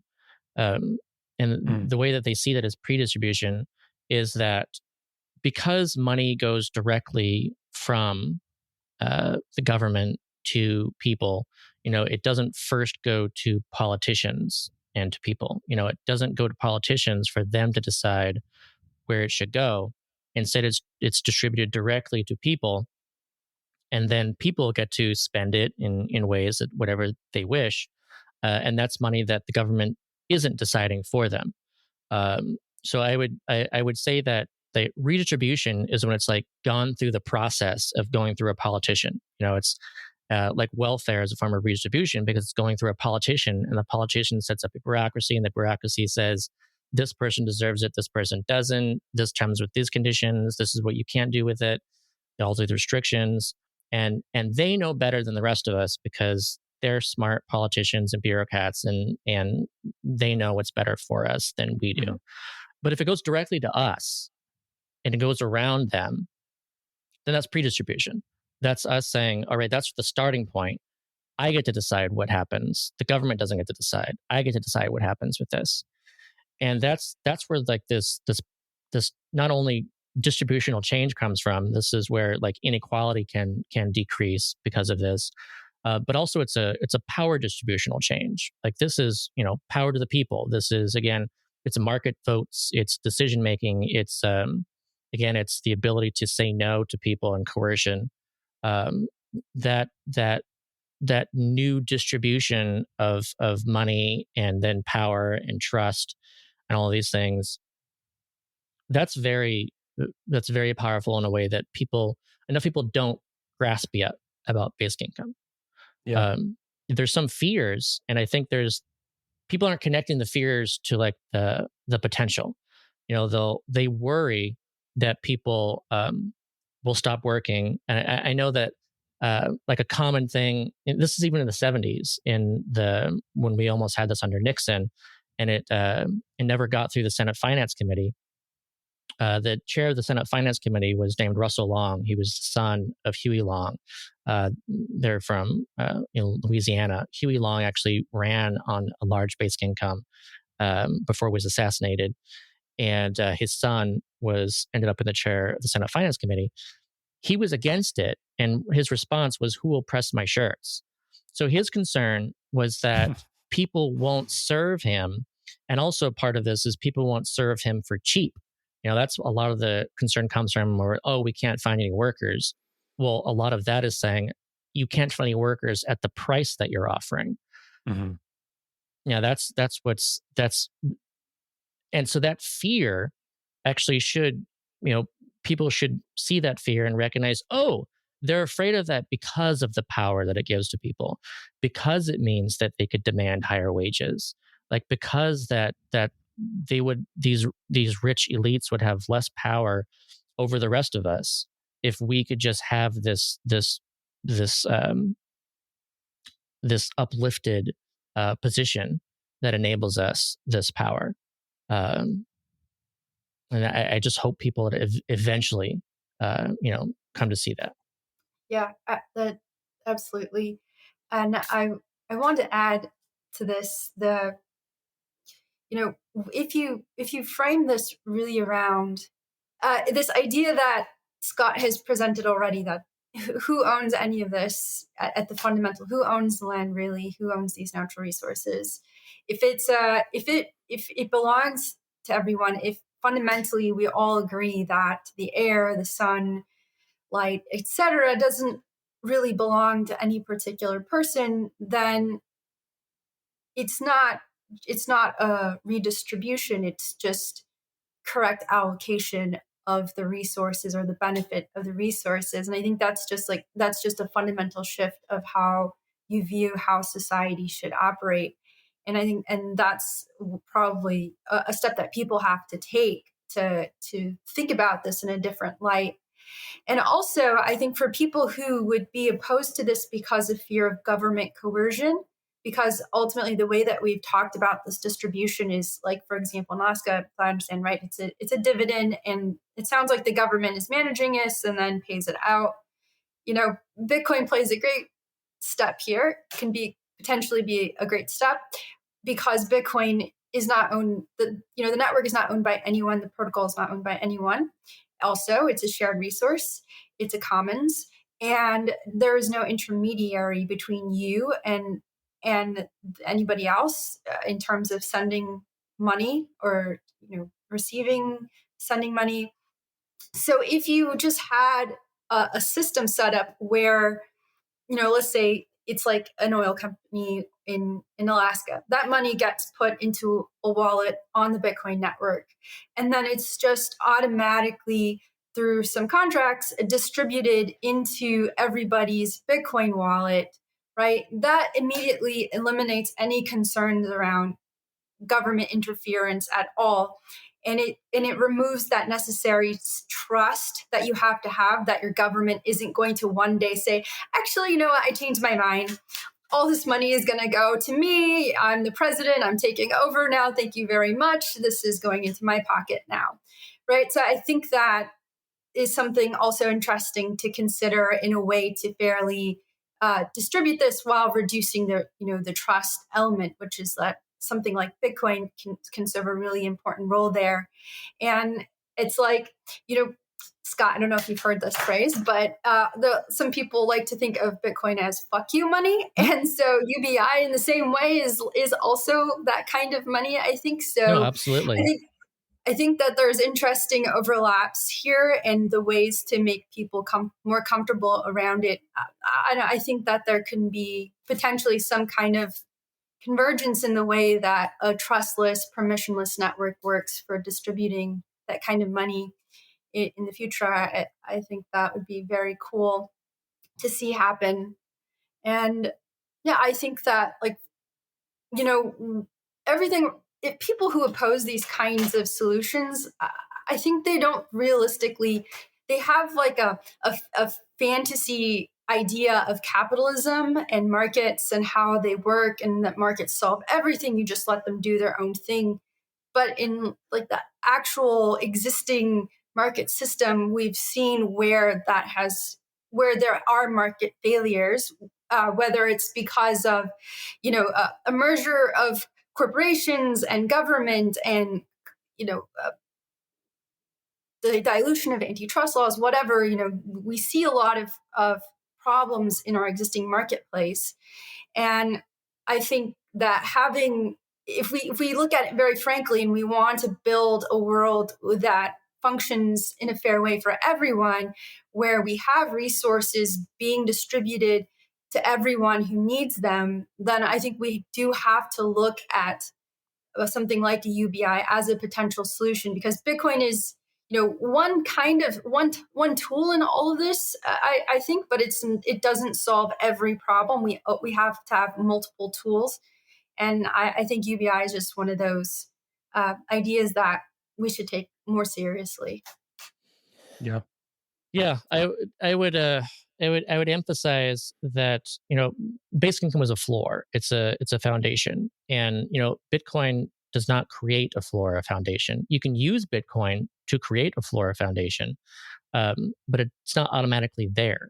If you want everybody to use Bitcoin, then you actually have to make sure that everyone gets some amount of Bitcoin, and so there's this Bitcoin is a thing, but there has to be a mechanism, and UBI is a mechanism. It's a way of going about monetary distribution, and that usually means cash, but doesn't have to mean cash. It can mean any other kind of currency. But it's understanding that the characteristics of basic income are supremely important with the unconditionality, universality, individuality, and frequency. Like those things actually create all these wonderful outcomes that differentiate it from everything that we've done before. Just everything, the way that we go about the existing system with conditions and means testing and household spending and not this regular thing you can count on, that leads to all these negative outcomes. So if people recognize that you can have all these positive outcomes from these just making sure that you do it in a basic income way, then we'll get there. I'd also just like to add, as we're towards the end here, that I just want to mention some more, just like visualizing how the good, the positive, how different things can be. A lot of this that we've discussed is kind of like anti-negative, instead of like really truly positive. And I still just want to end on that kind of note. I guess I'll start with this by going back again to Milton Friedman, who again was pro basic income, to the fact that he actually joined Basic Income Earth Network, BN, the international organization, before he died. A lot of people have no idea that he was so pro basic income that he was even a member of a basic income international organization. But one of the things about Milton Friedman too is he actually argued for voluntary military. This was in the time, of course, we had like the draft, we had the Vietnam War. We had an involuntary military. And out of this, he wanted to stress that a voluntary military will be better. Like if you make sure that everyone in the military is someone who has chosen to be there and chooses to actually train and do this professionally, then you're going to have a better military than a military force full of people that do not want to be there, have no interest in being there, and would potentially do things or not do things that could lead to losses and lost wars and everything else.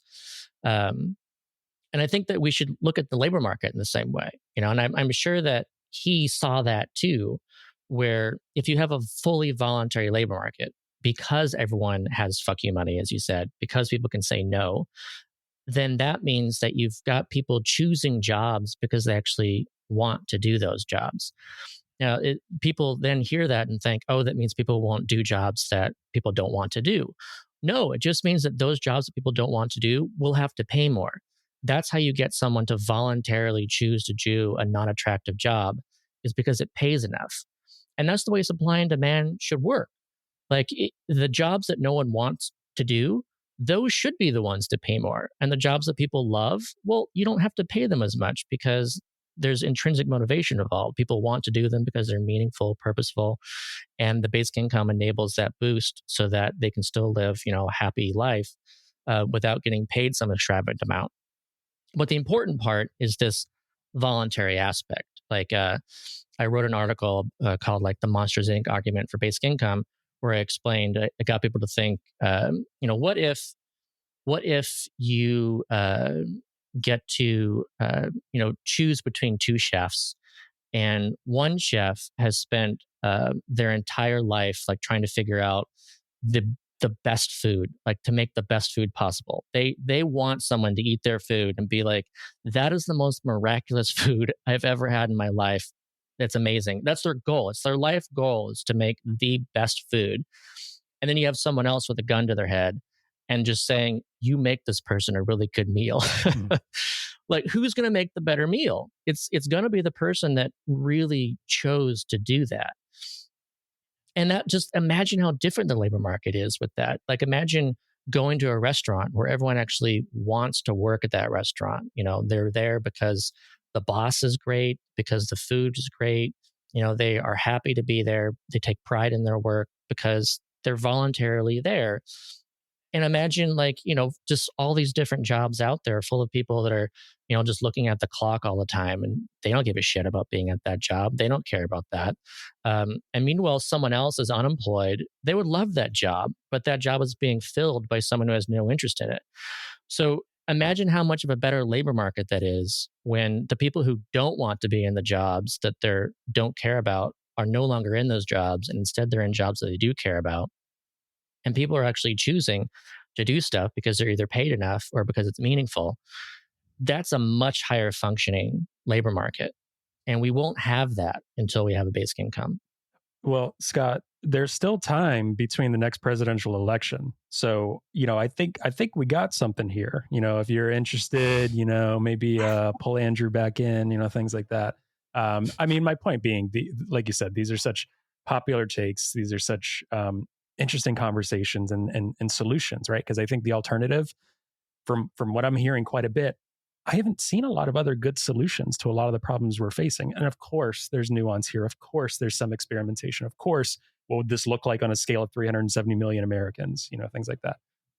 But I hope folks that listen to this conversation take something away. I hope, well, if they're not listening at this point, they already turned it off. But I hope folks continue to learn throughout, or to listen throughout this entire conversation.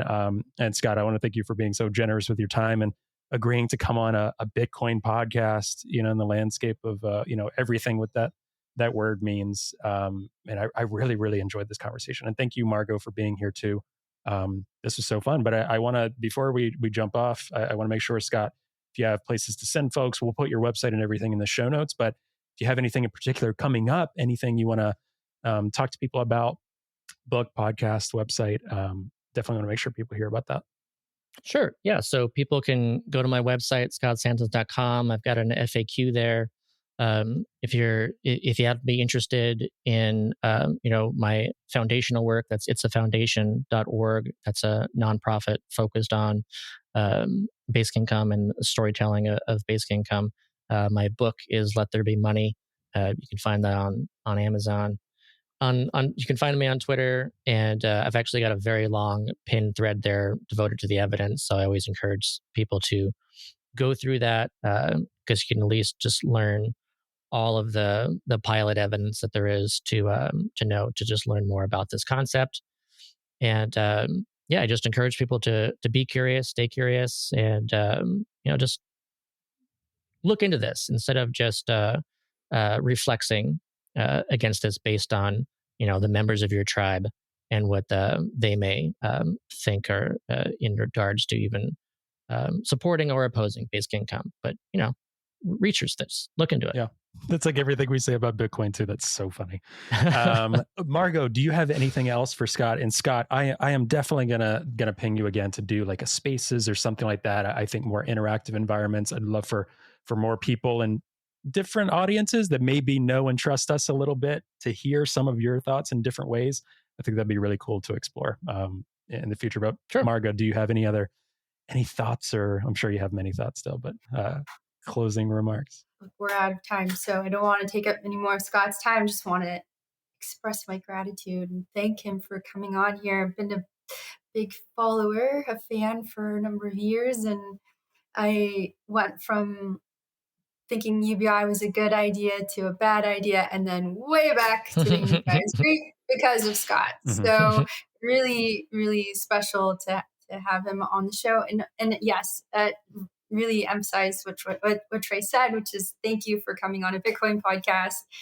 It's not, we don't usually get people saying yes who aren't part of the Bitcoin space. So there's really, really great that you have an open mind enough to be here on the show, because your message, your ideas, the stuff that you worked on is really important, and it's really important to reach people who are interested in Bitcoin and share your ideas with them as well. So thank you, and I hope you'll Margot. be back again. Yeah, no, thank you for inviting me to be with you today. And I always love really getting deep into this.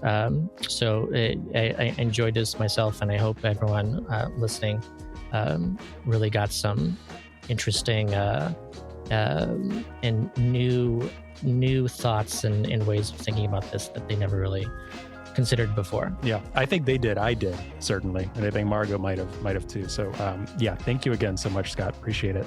Great. Yeah. Thanks, Trey. Thanks, Margot.